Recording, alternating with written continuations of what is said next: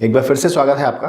आज की इस वीडियो में हम कुछ कंपैरिजंस पर बात करेंगे, जिसमें पहला कंपैरिजन है कोड और प्रोग्राम के बीच में, दूसरा कंपैरिजन है कोडर और प्रोग्रामर के बीच में, तीसरा कंपैरिजन है कोडिंग और प्रोग्रामिंग के बीच में, और चौथा कंपैरिजन है सोर्स कोड और ऑब्जेक्ट कोड के बीच में। तो पहला हम कंपैरिजन पर बात करते हैं, जो कि है कोड और प्रोग्राम के बीच में। मैं इसको समझाने के लिए एक एग्जांपल लेता हूँ। जैसे मान लीजिए कि आपके टीचर ने, आपके फैकल्टी ने आपको कहा कि write a program for menu driven operations. मतलब कि आपको एक मेनू ड्रिवन प्रोग्राम बनाना है जिसमें कुछ ऑपरेशंस होंगे, जैसे addition, subtraction, multiplication and division. ये 4 ऑपरेशंस आपको करने हैं 2 नंबर के ऊपर, यानी 2 नंबर आपको इनपुट करने हैं और उसके बीच में कुछ ऐसे ऑपरेशंस करने हैं, लेकिन वो मेनू ड्रिवन होना चाहिए। मेनू ड्रिवन का क्या मतलब हुआ कि आप एक चॉइस दे रहे हैं कि अगर आपने ए प्रेस किया तो एडिशन होना चाहिए, एस प्रेस किया तो सब्ट्रैक्शन होना चाहिए, डी प्रेस किया तो डिवीजन होना चाहिए, ऐसे ही एम प्रेस किया तो मल्टीप्लिकेशन होना चाहिए। तो अगर आप उसका पूरा कोड लिखते हैं, पूरा प्रोग्राम बनाते हैं इसका, यानी पूरा सॉल्व कर दिया। मैं सी लैंग्वेज का एग्जांपल लेकर बात कर रहा हूँ कि अगर आपने hash include stdio.h header file से लेकर लास्ट तक, आपने जो लास्ट पैरेंथेसिस होता है वहाँ तक आपने लिख दिया पूरा, तो वो तो कहलाएगा प्रोग्राम। अब आप बीच में जब कोड कर रहे थे, जब आप उसका प्रोग्राम बना रहे थे, तो आपको कुछ कन्फ्यूजन लगा कि पता नहीं ये मैंने जो सेक्शन लिखा है ये सही है या गलत है। तो आपने छोटा सा पार्ट लिखा कि 2 नंबर के एडिशन का पार्ट, और आप अपने सर को, अपने मैडम को दिखाने ले गए कि सर ये मैडम चेक करिए इसको, ये मैंने कोड लिखा है। तो कोड क्या हुआ? उस पूरे प्रोग्राम का छोटा सा सेक्शन। उस कोड में जरूरी नहीं है कि आपने हेडर फाइल भी लिखी हो, जरूरी नहीं है कि आपने वेरिएबल के डिक्लेरेशन भी लिखा हो, जरूरी नहीं है कि आपने ब्रेसेस क्लोज भी किए हो मेन फंक्शन के। आप सिर्फ उतना सेक्शन की बात कर रहे हैं। तो ये तो हो गया कोड। तो कोड और प्रोग्राम में अंतर क्या हुआ? प्रोग्राम हो गया किसी प्रॉब्लम को सॉल्व करने के लिए जो लिखा हुआ आपने स्टेटमेंट है वो पूरा कंप्लीट, तो वो तो हो गया प्रोग्राम। उसका कुछ सेक्शन वो कहलाएगा कोड।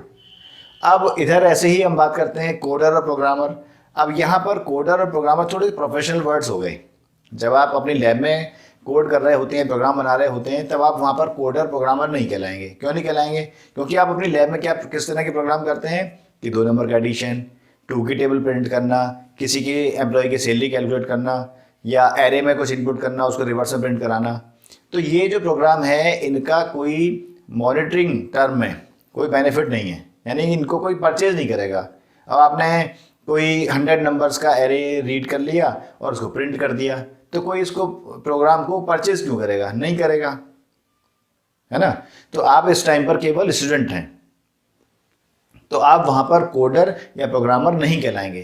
तो कब कहलाएंगे? जब आप इसको प्रोफेशनली यूज करें, यानी कि आपने जो भी कोड लिखा है, जो भी स्टेटमेंट्स लिखे हैं, वो सेल हो सकें, जो बिक सकें, कोई खरीद सके इसको। जैसे किसी शॉप के लिए, कोई डेली नीड की शॉप है, उसके लिए आपने पूरा एक प्रोग्राम बनाया, उसके लिए पूरा प्रोग्राम बनाया, उसमें कुछ कुछ कोड आप दिखाकर उसको टेस्ट करा रहे हैं कि भाई देखिए मैंने ये कोड लिखा है कि ये आपके जो प्रोडक्ट हैं इसको एंट्री करने के लिए ये कोड है, लाइक दिस।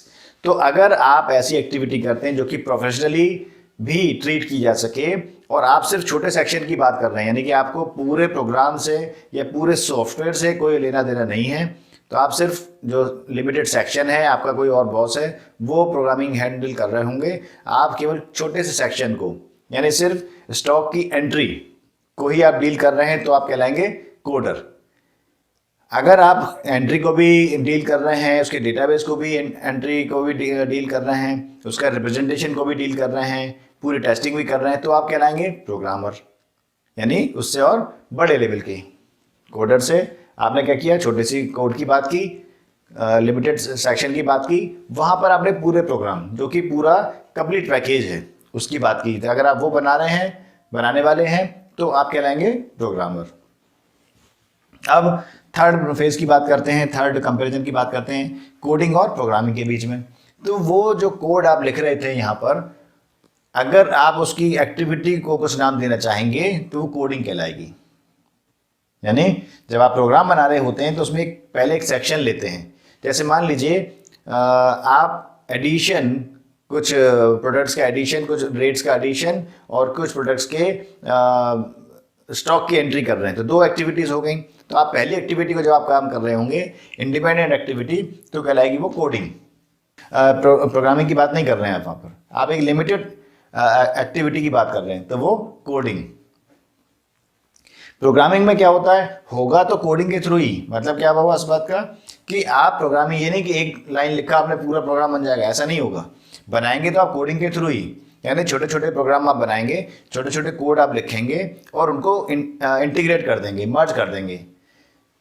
इंटीग्रेट कर देंगे, मर्ज कर देंगे, इसका क्या मतलब हुआ कि आपने जैसे एडिशन का प्रोग्राम बनाया, इन्वेंट्री स्टॉक का बनाया, कुछ आप ऐसी चीज़ें बना रहे हैं और उसके बाद में उसको आप चेक कर लेंगे कि दोनों इंडिपेंडेंट काम कर पा रही हैं कि नहीं, और उसको अगर हम इसको डेटा ट्रांसफर करते हैं तो भी हो पा रहा है या नहीं। तो वो पार्ट कराएगा आपका प्रोग्रामिंग। सिर्फ एक सेक्शन को बात करें तो कोडिंग, पूरे हम एंटायर सिस्टम की बात करें तो प्रोग्रामिंग। अगर इसको मैं डायग्राम से आपको समझाने की कोशिश करूं तो ये कुछ इस तरह से होगा। ये आपका है प्रोग्राम, इसमें कुछ ये आपके कोड हैं। तो जब आप केवल इतने सेक्शन पे बात कर रहे होते हैं तो आप कहलाएंगे ये आपका कोड, करने वाले आप कोडर, और ये प्रोसेस कोडिंग। ये पूरा प्रोग्राम, करने वाले आप प्रोग्रामर, और इस टास्क को करने के लिए जो आप एक्टिविटी कर रहे हैं वो प्रोग्रामिंग। इससे ऊपर होता है सॉफ्टवेयर।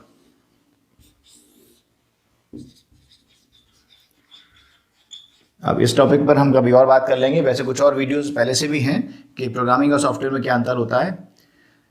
और ये आपका हो गया कोड, इंडिपेंडेंट कोड्स है ये, और ये प्रोग्राम। ये सॉफ्टवेयर यानी उससे छोटा हो गया प्रोग्राम, प्रोग्राम से छोटा हो गया कोड, और कोड से भी छोटा हो गया स्टेटमेंट, यानी एक लाइन का। तो ये बात हो गई। और अब अगला कंपैरिजन हम करते हैं जो कि है सोर्स कोड और ऑब्जेक्ट कोड के बीच में। तो सोर्स कोड क्या होता है कि जब भी आप कोड लिख रहे होते हैं, यानी आप जब आप ये टाइप कर रहे होते हैं, तो जो आपने लिखा है अपने सिस्टम पर, चाहे किसी भी लैंग्वेज में लिखा हो, सी में लिखा हो, C++ लिखा हो, विजुअल बेसिक लिखा हो, जावा लिखा हो, HTML लिखा हो, जो भी आपने लिखा है वो हो गया सोर्स कोड। ये सोर्स कोड है आपका, आप पढ़ सकते हैं इसको। लेकिन आपका जो कंप्यूटर है, आपका जो लैपटॉप है, आपका जो मशीन है, वो इसको नहीं समझ सकता, उसको चाहिए मशीन लैंग्वेज। तो क्या होता है कि वो कन्वर्ट होता है, फिर जब आप उसको कंपाइल करते हैं तो कन्वर्ट हो जाता है। कन्वर्ट होकर जो फाइल बनती है वो कहलाती है ऑब्जेक्ट फाइल, ऑब्जेक्ट कोड। ये आपके काम का नहीं है, हालांकि रन इससे होगा, लेकिन आप इसको नहीं समझ पाएंगे, और ये आपके लिए ओपनेबल भी नहीं है। यानी आप इसको ओपन करना चाहेंगे तो इस तरह से ओपन होगा, कुछ समझ में नहीं आएगा क्या लिखा है। ये आपके लिए ये काम का है, यानी ये ह्यूमन काइंड के लिए, प्रोग्रामर के लिए, और ये हो गया मशीन के लिए। तो मुझे उम्मीद है कि आपको ये चारों कंपैरिजन समझ में आए होंगे। फिर भी अगर कोई डाउट है, कुछ क्वेरी है आपकी, तो कमेंट बॉक्स में जरूर लिखिएगा। और अगर ये वीडियो पसंद आई तभी भी आप कमेंट बॉक्स में जरूर लिखिएगा कि आपको वीडियो पसंद आई। तो यहाँ पर आपसे छोटी सी रिक्वेस्ट करना चाहूँगा मैं, अगर आप इस वीडियो को यूट्यूब चैनल पर देख रहे हैं तो चैनल को सब्सक्राइब जरूर कीजिए, और अगर आप फेसबुक पेज पर देख रहे हैं तो पेज को फॉलो जरूर करिए। तो इस वीडियो को देखने के लिए, लाइक करने के लिए, शेयर करने के लिए आपका बहुत बहुत धन्यवाद।